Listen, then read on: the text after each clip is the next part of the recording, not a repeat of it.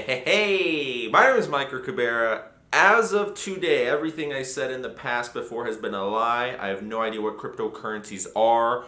The videos were just for entertainment purposes only.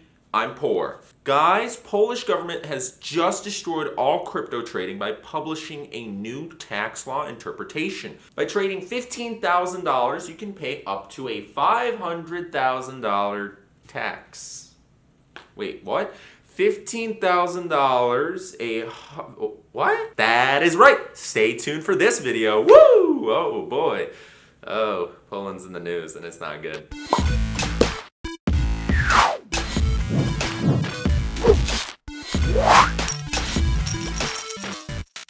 Now this comes right after last week Poland seized 400 million euros supposedly from Bitfinex. Now, we're not able to confirm whether it's Bitfinex because Bitfinex operates really sketchy, and I'm sure they've been involved in some shady stuff.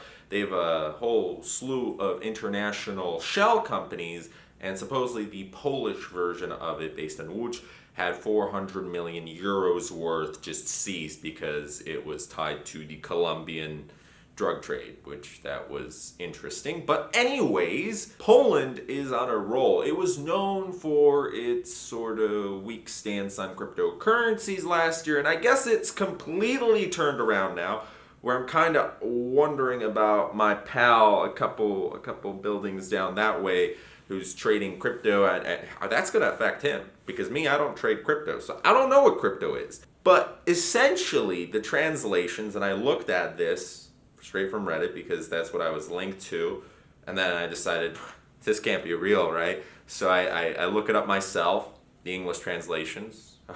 I don't believe that. So I started reading it in Polish. Now I'm lazy, I don't want to read in Polish, but I did.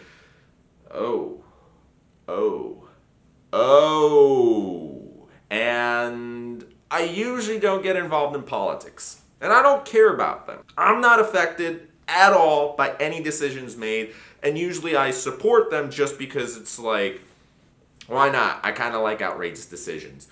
However, if I were somebody who was to be possibly involved with cryptocurrencies, of course I'm not, I probably would be concerned because you're going to pay 1% tax on every transaction you make. Now, here's the interesting thing. Every transaction you make must be recorded personally on a 3-page document. So that means if you have, 200,000 transactions, you're gonna literally need trucks to transport down the street. I actually live right across from where the Polish version of the IRS is. So it's kind of interesting. Like, I look out my window and I'm like, there it is. There's my friends. You can take a truck all the way down that way. It's only like 3 blocks down, and just dump it. Just be like, here you go. Here's just for my Bitfinex trading, which you guys seized part of that money anyways. And then you have another truck for Binance, and you see how outrageous that is? Every single transaction must be recorded, and there's people with bots out there who are automating. Now, if you are at a loss for all your transactions, this is where it really starts to hurt you, because the government doesn't care about capital gains. The government is focused on the fact that you made a trade. So if you manage to lose 100% of your money, like my hypothetical cryptocurrency version of me would and did, you'd still need to pay the taxes for it. So if I put in $1,000 right now, I owe 1% of that. And then if I sell it, there's another transaction, so 1% of that. And if it all just disappears because I lost the money, the government doesn't care. Now, there's different versions of this, but that was the extreme version. Now, of course, it's the extreme version being thrown out. If you have $15,000, it can go all the way up to $500,000 tax. But the not so extreme bit is the fact that you can quite literally lose money just by paying taxes. And that's not so hard to do. When you're dealing with a couple Bitcoins, it's not so difficult to get to a point where eventually you're going to end up owing the government here more money than you made. I mean, it's quite absurd from my perspective. I don't know, if I use cryptocurrencies, I'd probably move out of the country.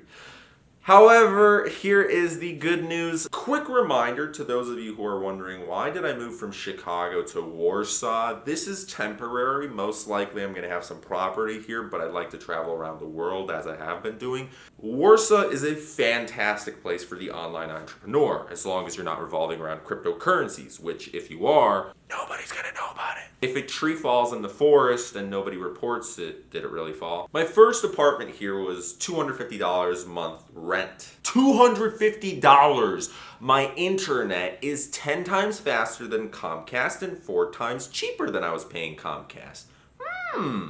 600 megabytes for $40. And I have my phone, which is 100 gigabytes every single month. Comcast doesn't have even a package like that. The internet is perfect. The girls are, oh my God. I find it a nice place to build, a peaceful castle. If you're into harems, empires, that sort of thing, hey, Poland's the place for you. 2 Bitcoins right now at its current value is about what the average Polish person makes annually. If you make over $100,000 a year, you can buy a lot of things. Hello!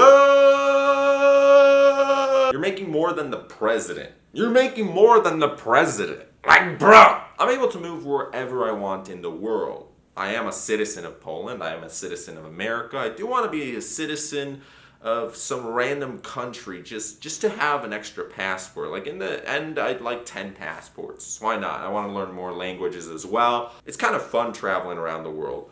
Now, Poland is extremely cheap to live in. If I were a cryptocurrency trader, I'd probably move all the way to Ukraine, because there, at least, if you're making a lot of money, you can become the 8th oligarch, and laws don't apply to you at that point. Plus, in Ukraine, you're also able to beat the crap out of any politicians you don't like. I'm serious. Don't believe me? Like, look it up. It's crazy. Our neighbors up there, dang! It's like the European version of Mexico. Oh my goodness. Anyways, what do you guys think about this? For those of you who are interested in cryptocurrencies and live in Poland, what's your opinion? I think the law should be changed, but the only problem with Polish law is it doesn't work exactly like America. And the current government, I am not for them. I am not against them. If the law does get amended, it's going to be a little bit difficult because things take time to process over here.